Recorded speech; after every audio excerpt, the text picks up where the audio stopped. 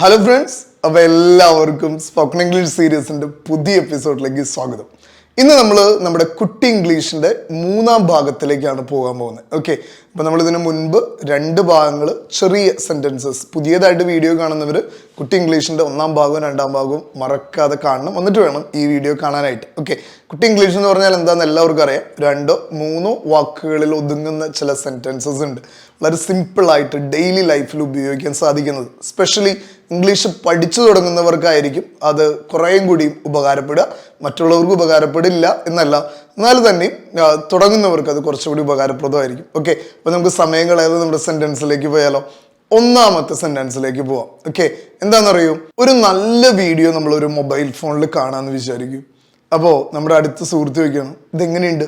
അപ്പോൾ നമ്മൾ പറയും, ഇത് നന്നായിട്ടുണ്ട് എന്ന് പറയും അല്ലേ. ഒരു കോംപ്ലിമെൻറ്റ് നമ്മൾ കൊടുക്കും, ഇത് നന്നായിട്ടുണ്ട്. ഓക്കെ, അതെങ്ങനെയാണ് ഇംഗ്ലീഷിൽ പറയുക? നമുക്ക് കോംപ്ലിമെൻറ്റ്സ് കൊടുക്കാനായിട്ട് ഒത്തിരി ഓപ്ഷൻസ് ഉണ്ട്. ഇന്ന് നമ്മൾ പറയാൻ പോകുന്നത് എങ്ങനെയാണ്, ഇറ്റ് ഈസ് നൈസ്. ഓക്കെ, എങ്ങനെ? It is nice. Okay, it is nice, ഇത് നന്നായിട്ടുണ്ട്, ഇത് വളരെ നല്ലതാണ് എന്ന് പറയാണ്. ഓക്കെ, ഇറ്റ് ഈസ് നൈസ്, ഇത് കൊള്ളാം, ഇത് നല്ലതാണ് എന്ന് പറയാണ്. ഓക്കെ, ഇത് പല രീതിയിൽ പറയാം. ഓക്കെ, ഇപ്പോൾ ഒരാൾ 4 പടം വരച്ചു, എന്നിട്ട് നമ്മുടെ അടുത്ത് ചോദിക്കണം, ഇത് എങ്ങനെയുണ്ട്? ഇറ്റ് ഈസ് നൈസ്, ഇത് നല്ലതാണ്. അല്ലെങ്കിൽ നമ്മുടെ അടുത്ത് ചോദിക്കുകയാണ്, പുതിയ ഡ്രസ്സൊക്കെ ഇട്ടിട്ട് ചോദിക്കുകയാണ്, എങ്ങനെയുണ്ട് എൻ്റെ ഡ്രസ്സ് എന്ന് ചോദിക്കുമ്പോൾ നമുക്ക് പറയാം, ഇറ്റ് ഈസ് നൈസ്. അപ്പോൾ ഇറ്റ് ഈസ് നൈസ്, ഇത് നല്ലതാണ്, ഇത് കൊള്ളാം എന്നാണ് നമ്മളവിടെ പറയുന്നത്. ഓക്കെ, 2-ാമത്തെ സെൻറ്റൻസ് ആണ്, നമ്മളൊരു പയ്യൻ ഇങ്ങനെ വിഷമിച്ചിരിക്കുമ്പോൾ നമ്മുടെ അടുത്ത് ചോദിക്കുകയാണ്, അവൻ എന്താ പറ്റി? അപ്പം നമ്മൾ പറയാണ്, അവൻ എന്തോ ഭയങ്കര ദുഃഖത്തിലാണ് അല്ലേ. അപ്പം ദുഃഖത്തിന് പല റീസൺസ് ഉണ്ടാവും. വാട്ട് എവർ ഇറ്റ് ഇസ്, നമ്മൾ അതിനെക്കുറിച്ച് വറി ചെയ്യേണ്ട കാര്യമില്ല. അവൻ ദുഃഖത്തിലാണ് അല്ലെങ്കിൽ അവൻ ദുഃഖിതനാണ് എന്ന് എങ്ങനെയാണ് ഇംഗ്ലീഷ് പറയുക? നിങ്ങളൊന്ന് പറഞ്ഞു നോക്കിക്കേ. ഓക്കെ, ഇനി ഞാൻ പറയുന്നത് കറക്റ്റ് ആണോ നോക്കിക്കോ. He is sad. Okay, he is sad, ഇത് തന്നെയാണോ നിങ്ങൾ പറഞ്ഞത്? ഓക്കെ, കൊള്ളാം. He is sad. ഓക്കെ, എങ്ങനെയാ പറയാ? He is sad. അപ്പം അവൻ സന്തോഷവാനാണെന്ന് എങ്ങനെയാ പറയാ? He is happy. Okay, he is happy. അവൾ സന്തോഷവാനാണെന്നോ? She is happy. അല്ലെങ്കിൽ അവൾ ദുഃഖിതയാണെന്നോ? She is sad. ഓക്കെ, അങ്ങനെ നമുക്ക് പല രീതിയിൽ പറയാം. ഓക്കെ, അപ്പോൾ ഹി ഈസ് സാഡ്, അവൻ ദുഃഖിതനാണ് എന്ന് നമ്മൾ പറയുന്നു. ഇനി നമ്മളൊരു ഷോപ്പിങ്ങിന് പോകാമെന്ന് വിചാരിക്കും. അപ്പോൾ നമ്മൾ ഷോപ്പിങ്ങിന് പോകുമ്പോൾ നമ്മൾ വില കൂടിയ സാധനങ്ങൾ, വളരെ എക്സ്പെൻസീവ് ആയിട്ടുള്ള സാധനങ്ങൾ, വളരെ വില കുറഞ്ഞ സാധനങ്ങൾ, നമ്മൾ പ്രതീക്ഷിച്ച വിലയേക്കാളും കുറവുള്ള സാധനത്തെയൊക്കെ കാണും. ഓക്കെ, അപ്പം നമ്മളൊരു സാധനം ഇങ്ങനെ ചൂസ് ചെയ്ത് വെച്ചേ കാണും. അപ്പോൾ നമ്മുടെ വീട്ടിലുള്ളവർ ചോദിക്കുകയാണ്, ഇതെങ്ങനെയാണ്, കാശാണോ എന്ന് ചോദിക്കുക. പറയാം, ഇതിന് വലിയ വിലയൊന്നും ഇല്ലെന്നേ, ഇതിന് വലിയ വിലയൊന്നും ഇല്ല എന്ന് പറയാണ്. എങ്ങനെയാണ് അത് ഇംഗ്ലീഷിൽ പറയാം? നമ്മൾ ഇത്രയും നാൾ ഇത് വില കുറവാണ്, ഇതിന് വലിയ വിലയൊന്നും ഇല്ല എന്നായിരിക്കും പറഞ്ഞിട്ടുണ്ടാക്കുക. ഇന്ന് മുതൽ നമ്മൾ പറയണം, it is cheap. Okay, it is cheap. Okay, ഇതിന് ഭയങ്കര വില കുറവാണ്, ഇറ്റ് ഈസ് ചീപ്പ്. നമ്മൾ വിചാരിച്ച വിലയൊന്നും ഇല്ല എന്നാണ് നമ്മൾ ഉദ്ദേശിക്കുന്നത്. എങ്ങനെ പറയാം? It is cheap. Okay, it is cheap എന്ന് പറയണം. ഓക്കെ, അപ്പോൾ വലിയ വിലയൊന്നും ഇല്ല, ഭയങ്കര വില കുറവാണെന്ന് പറയാണ്. എങ്ങനെ? ഇറ്റ് ഈസ് ചീപ്പ്. അപ്പോൾ ഇത് വില കൂടുതലാണെന്ന് എങ്ങനെയാണ് പറയുക? It is expensive. ഓക്കെ, ചിലപ്പോൾ നമ്മുടെ മക്കളെ കൊണ്ട് ഏതെങ്കിലും മോളിലൊക്കെ കയറി കഴിഞ്ഞാൽ അവർ ചില ടോയ്സ് ഒക്കെ ചൂണ്ടിക്കാണിക്കും. കാണുമ്പോൾ ടോയ്ക്ക് വളരെ സിമ്പിളായിരിക്കും, നമ്മളത് എടുത്ത് അതിൻ്റെ വില നോക്കി കഴിയുമ്പോൾ നമ്മുടെ ഉള്ള കണ്ണൊക്കെ പുറത്തേക്ക് ചാടും അല്ലേ. അപ്പം നമ്മുടെ മക്കളോട് പറയും, ഭയങ്കര വില കൂടുതലാണ്, ഇത് നമുക്ക് മേടിക്കേണ്ട കാര്യമില്ല എന്ന് പറയും ഇല്ലേ. അപ്പോൾ വില കൂടുതലാണ്, എങ്ങനെ പറയാ? It is expensive. എങ്ങനെ പറയാ?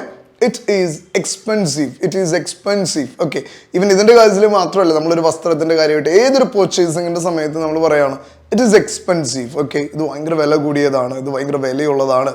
ഈവൻ നമ്മൾ കെട്ടിയിരിക്കുന്ന വാച്ച് ഒക്കെ ചിലപ്പോൾ ഭയങ്കര എക്സ്പെൻസീവ് ആയിരിക്കും. അപ്പോൾ നമ്മുടെ അടുത്ത് ചോദിക്കുകയാണ്, ഇത് വില കൂടിയതാണോ എന്ന് ചോദിക്കണം. അപ്പോൾ നമ്മൾ പറയാണ്, ഇറ്റ് ഈസ് എക്സ്പെൻസീവ് എന്ന് പറയാണ്. ഇത് വില കൂടിയത് തന്നെയാണ് എന്ന് പറയാം. ഓക്കെ, ഇപ്പോൾ വില കൂടിയതാണ് എന്ന് പറയാനായിട്ട് നമ്മൾ ഉപയോഗിക്കുന്നതാണ് ഇറ്റ് ഈസ് എക്സ്പെൻസീവ്. ഇനി നമുക്ക് 5-ാമത്തെ സെൻറ്റൻസിലേക്ക് പോവാം. ഓക്കെ, നമ്മൾ ഒരു വ്യക്തിയെ, നമ്മുടെ സുഹൃത്തിനെ കുറേ നാൾ കൂടി കണ്ടു, നമ്മൾ കുറേ വർത്തമാനമൊക്കെ പറഞ്ഞ് അവസാനം നമ്മൾ പറയും, ടച്ചിലിരിക്കട്ടോ, ഇടയ്ക്കൊക്കെ വിളിക്കട്ടോ, ഇടയ്ക്കൊക്കെ നമുക്ക് സംസാരിക്കാട്ടോ, കുറേ നാൾ കൂടിയല്ലേ നമ്മൾ കണ്ട്.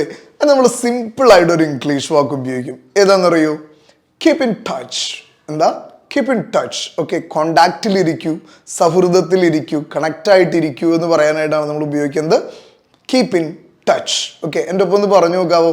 Keep in touch. Okay, keep in touch. Okay, simple ആയിട്ടുള്ള സെൻറ്റൻസ് അല്ലേ, വളരെ ഈസി ആയിട്ട് പറയാം. നമ്മുടെ ഏതൊരു കോൺവെർസേഷൻ അവസാനിപ്പിക്കുമ്പോഴും നമ്മുടെ റിലേറ്റീവ്സ് ആയിട്ടാണെങ്കിലും ഫ്രണ്ട്സ് ആയിട്ടാണെങ്കിലും നമ്മുടെ ക്ലാസ്മേറ്റ്സ് ഒക്കെ ആണെങ്കിലും നമുക്ക് പറയാം keep in touch. Okay, keep in touch. Even text message ചെയ്യുമ്പോഴും വാട്സാപ്പിൽ മെസ്സേജ് ചെയ്യുമ്പോൾ പോലും നമുക്ക് പറയാം കേട്ടോ, കീപ്പ് ഇൻ ടച്ച്.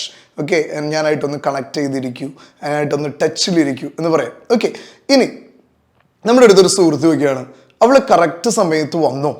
ഓക്കെ, അവൾ കറക്റ്റ് സമയത്ത് വന്നോ എന്ന് ചോദിക്കുകയാണ്. അപ്പോൾ എന്തെങ്കിലും ഒരു കാര്യത്ത് ഒരു വ്യക്തിനെ നമ്മൾ പ്രതീക്ഷിച്ചിട്ടുണ്ടാകും, എന്തെങ്കിലും ഒരു ഫംഗ്ഷൻ അവർ എത്തേണ്ടതായിട്ടുണ്ടാകും. അപ്പോൾ നമ്മുടെ അടുത്ത് ചോദിക്കുകയാണ്, അവർ കറക്റ്റ് സമയത്ത് വന്നോ, അല്ലെങ്കിൽ അവൾ കറക്റ്റ് സമയത്ത് വന്നു എന്ന് ചോദിക്കുകയാണ്. അപ്പോൾ നമ്മൾ പറയുകയാണ്, അവൾ കറക്റ്റ് സമയത്ത് വന്നു, അവൾ കറക്റ്റ് സമയത്ത് വന്നു. അതെങ്ങനെ ഇംഗ്ലീഷിൽ പറയാം?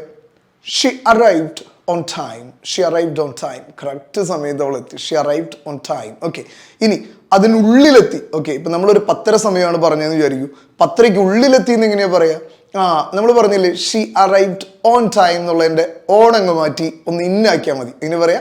She arrived in time. Okay, അതായത് 10:30 നമ്മൾ എത്താൻ പറഞ്ഞത്, 10:30 ഉള്ളിലെത്തി, അല്ലെങ്കിൽ 10:30 എത്തി എന്ന് എങ്ങനെയാ പറയാ? She arrived on time. Okay, അപ്പോൾ ഉള്ളിലെത്തി എന്നുള്ളതിന് ഇൻ ടൈമും കറക്റ്റ് ആ പർട്ടിക്കുലർ ടൈമിലെത്തി എന്നുള്ളതിന് നമ്മൾ ഓൺ ടൈം എന്നാണ് ഉപയോഗിക്കുക. ഓക്കെ, നമുക്കിനി അടുത്ത സെൻറ്റൻസിലേക്ക് പോവാം. ഇനി നമ്മുടെ വീട്ടിൽ കുറേ വിരുന്നുകാരൊക്കെ വന്നിട്ടുണ്ടെന്ന് വിചാരിക്കും. നമ്മൾ നല്ല വിഭവസമൃദ്ധമായിട്ടുള്ള ഭക്ഷണമൊക്കെ നമ്മളിങ്ങനെ വിളമ്പി വെച്ചേക്കാണ് അല്ലേ. നമുക്ക് കേരളീയർക്ക് ആതിഥ്യ മര്യാദ എന്ന് പറയുന്നത് കുറച്ച് കൂടുതലാണ്. ഓക്കെ, അപ്പോൾ നമ്മളിങ്ങനെ അവർക്ക് നല്ല ഭക്ഷണമൊക്കെ വിളമ്പി വെച്ചിരിക്കുമ്പോൾ നമ്മളോടുള്ള സ്നേഹം കൊണ്ട് അവർ ഒത്തിരി ഭക്ഷണമൊന്നും കഴിക്കാണ്ട് ഇങ്ങനെ വർത്തമാനമൊക്കെ പറഞ്ഞിരിക്കുകയാണ്. അപ്പോൾ നമ്മൾ ഇടയ്ക്ക് പറയും, ഭക്ഷണം കഴിക്കുന്നേ, ഭക്ഷണം കഴിക്കുക എന്ന് പറയും അല്ലേ. ഇടയ്ക്കിടയ്ക്ക് നമ്മൾ അവരെ റിമൈൻഡ് ചെയ്തുകൊണ്ടിരിക്കും. ഇല്ലെങ്കിൽ അവർ കുറച്ച് ഭക്ഷണം കഴിച്ച് നിർത്തും. അപ്പോൾ നമ്മൾ കൂടുതൽ ഭക്ഷണം കൊണ്ട് വിളമ്പാൻ ചെല്ലുമ്പോൾ അവർ മതി മതി എന്നൊക്കെ പറയും ഇല്ലേ. അപ്പോൾ നമ്മൾ നമ്മുടെ മര്യാദയ്ക്ക് പറയും കഴിക്കുന്നേ എന്ന് പറയും. ഓക്കെ, എങ്ങനെയാ അത് ഇംഗ്ലീഷിൽ പറയാ? Have you food. Okay, have you food. Okay, have food, have you food എന്ന് പറയും. നിങ്ങളുടെ ഭക്ഷണം കഴിക്കുക, ഭക്ഷണം കഴിക്കുക. വർത്തമാനം നമുക്ക് പിന്നെ പറയാം, നിങ്ങൾ ഭക്ഷണം കഴിക്കുക, ഹാവ് യുവർ ഫുഡ്. ഓക്കെ, അപ്പോൾ ഇനി ഗസ്റ്റൊക്കെ വരുമ്പോൾ അവർ ഭക്ഷണം കഴിക്കാതെ വർത്തമാനമൊക്കെ പറഞ്ഞിരിക്കുമ്പോൾ അവരോട് പറയണം ഹാവ് യു ഫുഡ്, ഭക്ഷണം കഴിക്കുക, ഹാവ് യു ഫുഡ്, ഭക്ഷണം കഴിക്കുക. ഇത് നമുക്ക് വേറൊരു കോണ്ടെസ്റ്റിലും പറയാം. ഓക്കെ, ഇപ്പോൾ നമ്മുടെ കൂട്ടത്തിൽ കുറച്ച് ആൾക്കാരുണ്ട്, അവർക്ക് ഭക്ഷണം കഴിക്കേണ്ട സമയമായി, അവർക്കൊരു ലഞ്ച് ബ്രേക്കിൻ്റെ സമയമാണ്. അപ്പോൾ വേണമെങ്കിൽ നമുക്ക് അവർ ആ ലഞ്ച് ബ്രേക്കിൻ്റെ സമയത്ത് വർക്കൊക്കെ ചെയ്യാന്നുണ്ടെങ്കിൽ നമുക്ക് അവരോട് പറയാം have you food, it's lunch time. Okay, have you food, it's lunch time. നിങ്ങളുടെ ഭക്ഷണം കഴിക്കും, ഇത് ലഞ്ച് ടൈം ആണ് എന്ന് പറയാം. ഓക്കെ, അപ്പോൾ നമുക്ക് പല രീതിയിൽ ഇതിന് നമുക്ക് ഉപയോഗിക്കാനായിട്ട് പറ്റും. ഇനി നമുക്ക് അടുത്ത സെൻറ്റൻസിലേക്ക് പോവാം കേട്ടോ. ഈ സെൻറ്റൻസ് നിങ്ങൾക്ക് ശരിക്കും ഉപകാരപ്പെടുമെന്ന് എനിക്ക് ഉറപ്പുണ്ട്. എന്താണെന്നറിയോ?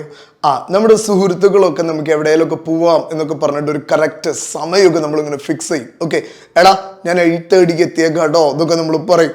എന്നിട്ട് നമ്മൾ ചിലപ്പോൾ 8:30 വീട്ടിൽ നിന്ന് ഇറങ്ങത്തേ ഉള്ളൂ അല്ലേ. അതല്ലേ നമ്മുടെ ബഹുഭൂരിപക്ഷം പേരുടെ സ്വഭാവം. പാവം നമ്മുടെ സുഹൃത്ത് കറക്റ്റ് 8:30 അവിടെ എത്തിയിട്ടുണ്ടാവും. ഞാൻ വിളിക്കും ഇറങ്ങിയോ എന്ന് ചോദിക്കുമ്പോൾ നമ്മൾ പറയും എന്ത്? ഞാൻ ഓൺ ദ വേ ആണ് അല്ലേ, ഞാൻ വന്നുകൊണ്ടിരിക്കുകയാണ്, ഞാൻ എത്താറായി, 5 മിനിറ്റിനുള്ളിൽ, 3 മിനിറ്റിനുള്ളിൽ, 2 മിനിറ്റിനുള്ളിൽ, വേണമെങ്കിൽ 1/2 മിനിറ്റിനുള്ളിൽ ഞാൻ എത്തും എന്നൊക്കെ പറയും. എങ്ങനെയാ അത് ഇംഗ്ലീഷിൽ പറയാം? I M on my way. Okay, എങ്ങനെ പറയാം? I M on my way. Okay, ഞാൻ വന്നുകൊണ്ടിരിക്കുകയാണ്. ഓക്കെ, അപ്പോൾ ഇംഗ്ലീഷിൽ പറയുമ്പോൾ ചിലപ്പോൾ സുഹൃത്തിന് പെട്ടെന്ന് അങ്ങ് കരിമ്പിടുത്തം കിട്ടില്ല. അവർ വിചാരിക്കും ചിലപ്പോൾ പെട്ടെന്ന് എത്താറായിട്ടൊക്കെ ഉണ്ട് എന്ന്. ഓക്കെ, എങ്ങനെ ഇംഗ്ലീഷിൽ പറയാം? I M on my way. Okay, I M on my way. ഞാൻ വന്നുകൊണ്ടിരിക്കുകയാണ്, ഞാൻ വന്നുകൊണ്ടിരിക്കുകയാണ്, ഞാൻ നിൻ്റെ അടുത്തേക്ക് വന്നുകൊണ്ടിരിക്കുകയാണ്. എങ്ങനെ ഇംഗ്ലീഷിൽ പറയാം? I M on my way. Okay, നിങ്ങൾ എൻ്റെ ഒപ്പം ഒന്ന് പറഞ്ഞു നോക്കാമോ? I M on my way. Okay, ഇന്ന് തുടങ്ങി ഒന്ന് പ്രാക്ടീസ് ചെയ്തു. കറക്റ്റ് സമയത്ത് എത്തും എന്ന് നമുക്ക് ഉറപ്പുണ്ടെങ്കിലും അതിന് തൊട്ട് മുമ്പ് റിമൈൻഡിങ് കോൾ ആയിട്ട് വിളിക്കുമ്പോഴായിരുന്നു നമുക്ക് പറയാം I M on my way എന്ന് പറയാം. ഓക്കെ, നമ്മൾ ചില സമയങ്ങളിൽ നമ്മുടെ സുഹൃത്തുക്കൾക്ക് ചില ഉപദേശങ്ങൾ കൊടുക്കും. ഉപദേശങ്ങൾ കൊടുക്കുമ്പോൾ സുഹൃത്തുക്കൾക്ക് ആകെ കൺഫ്യൂഷൻ ആവും. ചിലപ്പോൾ അവർ ഇന്നൊരു ബൈക്ക് അല്ലെങ്കിൽ ഇന്നൊരു കാർ മേടിക്കാനൊക്കെ പ്ലാൻ ചെയ്തിട്ടായിരിക്കും ഇരിക്കുക. അപ്പോഴായിരിക്കും നമ്മളൊരു പുതിയ സജഷൻ, ഒരു പുതിയ ഐഡിയ ഒക്കെ ആയിട്ട് ഇന്ന കമ്പനിയുടെ ഇന്ന കാറ്, ഇന്ന ബൈക്കൊക്കെ നല്ലതായിരിക്കും, അല്ലെങ്കിൽ ഇന്ന പ്രൊഡക്റ്റ് നല്ലതായിരിക്കും എന്നൊക്കെ പറയും. അപ്പോൾ അവർക്ക് ആകെ കൺഫ്യൂഷനാണ്. അപ്പോൾ നമ്മൾ പറയും ഒന്നുകൂടെ ഒന്ന് ആലോചിക്കുക, ഒന്നുകൂടെ ഒന്ന് ചിന്തിക്കുക എന്ന് പറയും ഇല്ലേ. എങ്ങനെ ഇംഗ്ലീഷിൽ പറയാം? Think again. Okay, think again. Okay, ഒന്നുകൂടെ ഒന്ന് ചിന്തിക്കുക, തിങ്ക് അഗൈൻ. ഓക്കെ, ഒന്നുകൂടെ ഒന്ന് ആലോചിക്കുക, ചിന്തിക്കുക എന്നാണ് പറയുന്നത്. ഇങ്ങനെ തിങ്ക് അഗൈൻ. ഓക്കെ, ഇപ്പോൾ കുറേ കൺഫ്യൂഷനൊക്കെ ഉണ്ടാക്കി കഴിഞ്ഞിട്ട് അവസാനം നിർബന്ധമായിട്ട് പറയണം എങ്ങനെ? Think again. നീ ഒന്നുകൂടെ ഒന്ന് ആലോചിക്കുക. ഓക്കെ, ചില ആളുകൾ പറയും ചിലപ്പോൾ ചില ബോസൊക്കെ ആയിട്ടുള്ള ഇഷ്യൂസിൽ പറയും ഞാൻ ജോബ് റിസൈൻ ചെയ്യാൻ പോവാണ്. നമ്മൾ പറയും എടുത്തു ചാടി ഒന്നും ചെയ്യണ്ട, ജസ്റ്റ് തിങ്ക് അഗൈൻ. ഓക്കെ, ഒന്നും കൂടെ ഒന്ന് ആലോചിക്കുക എന്ന് പറയും. ഓക്കെ, അപ്പോൾ നമ്മൾ നേരത്തെ ബോസിന്റെ കേസ് പറഞ്ഞു അല്ലേ? അപ്പോൾ ബോസിന്റെ കേസുകളൊക്കെ ഇങ്ങനെ നമ്മളിങ്ങനെ അവനോട് ഒന്നുകൂടെ ഒന്ന് ആലോചിക്കുക എന്നൊക്കെ പറയുന്ന സമയത്ത് അവൻ പറയാണ്, ലിൻഡോയ്ക്ക് അറിയാതെയാണ് എൻ്റെ അവസ്ഥ, ഞാൻ ഭയങ്കര ക്രൂഷ്യലായിട്ടുള്ള അവസ്ഥയിൽ കൂടെ പോകാമെന്ന് പറയുമ്പോൾ നമ്മൾ പറയും എനിക്കറിയാം എന്ന് പറയും ഇല്ലേ? എനിക്കറിയാം എന്ന് പറയും. എങ്ങനെ ഇംഗ്ലീഷ് പറയാം? ഐ നോ, എനിക്കറിയാം, ഐ നോ. പല രീതിയിൽ പറയാം. എനിക്കറിയാമെന്നുള്ളതിൻ്റെ ഏതൊരു കോണ്ടസ്റ്റിലും നമുക്ക് ഐ നോ എന്ന് തന്നെ പറയാം. ഓക്കെ, അപ്പം നിനക്കറിയാവോ ഞാൻ എത്ര കൊല്ലമായി ഇവിടെ പഠിപ്പിക്കുന്നു എന്ന് ചോദിച്ചാൽ എനിക്ക് പറയാം ഐ നോ. ഓക്കെ, എനിക്കറിയാം എന്ന് പറയാം അല്ലേ? ഈ ചോദ്യത്തിൻ്റെ ഉത്തരം നിങ്ങൾക്ക് അറിയാവോ എന്ന് നോക്കിയപ്പോൾ നമുക്ക് പറയാം ഐ നോ, എനിക്കറിയാം. അപ്പോൾ എനിക്കറിയാം എന്ന് എവിടെ പറയണമെങ്കിലും നമുക്ക് ഇംഗ്ലീഷിൽ വളരെ സിമ്പിളായിട്ട് രണ്ട് വാക്ക് ഉപയോഗിച്ച് പറയാം. എങ്ങനെ? I know. ഓക്കെ, ഞാൻ ശ്രമിച്ചു എന്ന് ചിലർ പറയും. ഓക്കെ, നമ്മളൊരു കാര്യം ചെയ്യാൻ പറഞ്ഞു, ചിലർ പറയും ഞാനത് പലതവണ ഞാൻ ശ്രമിച്ചതാണ്. ഓക്കെ, ഇങ്ങനെ ഇംഗ്ലീഷ് പറയാം I tried. Okay, I tried. Okay, try ചെയ്യുക എന്ന് വെച്ചാൽ നമുക്കറിയാം അല്ലേ?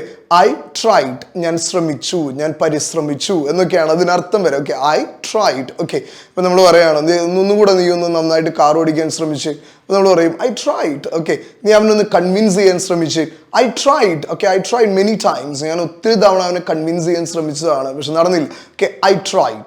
അവള് എന്നെ നോക്കി ചിരിച്ചു.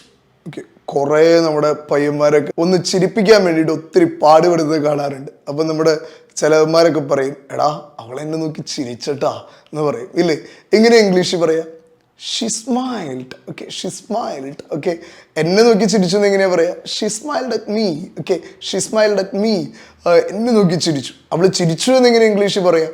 Xi smiled. Okay, she smiled. അവൻ ചിരിച്ചു എന്ന് എങ്ങനെയാ പറയാ? he smiled. Okay, he smiled. Okay, അപ്പോൾ she smiled അല്ലെങ്കിൽ he smiled. ഇനി അവൻ മറന്നു. ഓക്കെ, നമ്മളൊരു കാര്യം ചിലപ്പോൾ നമ്മുടെ ഒരു സുഹൃത്തിൻ്റെ അടുത്ത് കൊണ്ടുവരാൻ പറഞ്ഞിട്ടുണ്ടാവും, അവൻ മറന്നുപോയി. മറ്റൊരു സുഹൃത്ത് ചോദിക്കുകയാണ് എടാ അവൻ കൊണ്ടുവന്നാ എന്ന് ചോദിക്കുമ്പോൾ അവൻ പറയാണ് അവൻ മറന്നുപോയി എന്ന് പറയാണ്. എങ്ങനെ ഇംഗ്ലീഷ് പറയാ? he forgot. Okay, he forgot. എൻ്റെ ഒപ്പം ഒന്ന് പറഞ്ഞ് he forgot. Okay, അവൻ മറന്നു. അവൾ മറന്നു എന്നുള്ളത് ഷീ forgot. ഓക്കെ, അപ്പോൾ he forgot അല്ലെങ്കിൽ ഷീ forgot. ഞങ്ങൾ അവിടെ പോയി. എങ്ങനെ ഇംഗ്ലീഷിൽ പറയാം? ഞങ്ങൾ അവിടെ പോയി. ചിലപ്പോൾ ചോദിക്കും അല്ലേ നിങ്ങളവിടെ പോയായിരുന്നോ? ഞങ്ങളവിടെ പോയി എന്ന് പറയും ഇല്ലേ? എങ്ങനെ ഇംഗ്ലീഷ് പറയാം? We went there. Okay, we went there. Okay, we went there. ഗോയുടെ പാസ്റ്റ് ഫോം ആണ് went എന്ന് പറയുന്നത്. ഗോ എന്ന് പറഞ്ഞാൽ പോവുക, went എന്ന് പറഞ്ഞാൽ പോയി. അപ്പോൾ ഇനി പറയാം we went there. Okay, we എന്ന് പറഞ്ഞാൽ നമ്മൾ. ഓക്കെ, അല്ലെങ്കിൽ ഞങ്ങൾ പോയി. V went there. ഓക്കെ, ഞങ്ങൾ അവിടെ പോയി എന്നാണ് പറയാ. ഇനി നമ്മുടെ അവസാനത്തെ സെന്റൻസിലേക്ക് പോവാണ്. അവൾ ഇവിടെ വന്നു എന്ന് പറയണം. അവൾ ഇവിടെ വന്നു അല്ലെങ്കിൽ അവൻ ഇവിടെ വന്നു. എങ്ങനെ ഇംഗ്ലീഷ് പറയാം? ഷീ കെയിം ഹിയർ അല്ലെങ്കിൽ പറയാം he came here. Okay, she came here എന്ന് പറയാം അല്ലെങ്കിൽ നമുക്ക് പറയാം he came here. Okay, he came here. കമ്മിൻ്റെ പാസ്റ്റ് ഫോം ആണ് എന്ത്? കെയിം. ഓക്കെ, കം എന്ന് പറഞ്ഞാൽ വരിക, കെയിം എന്ന് പറഞ്ഞാൽ വന്നു. Okay, he came here. Okay, അവൻ ഇവിടെ വന്നു. ഓക്കെ, അപ്പോൾ 15 കുട്ടി സെൻറ്റൻസസ് ആണ് ഞാൻ നിങ്ങളെ പഠിപ്പിച്ചത്. മറക്കാതെ ഇതെല്ലാം എഴുതിയെടുക്കണം കേട്ടോ. എന്നിട്ട് പ്രാക്ടീസ് ചെയ്യണം. ഓക്കെ, ഈ കുഞ്ഞു സെൻറ്റൻസസ് നമുക്ക് പ്രാക്ടീസ് ചെയ്യാൻ വളരെ എളുപ്പമാണ്. നിർബന്ധമായിട്ടും നിങ്ങൾ അത് പ്രാക്ടീസ് ചെയ്യണം. ഓക്കെ, അപ്പോൾ മറ്റൊരു വീഡിയോ ആയിട്ട് നമുക്ക് വീണ്ടും കാണാം കേട്ടോ. Until then it's bye from Linto.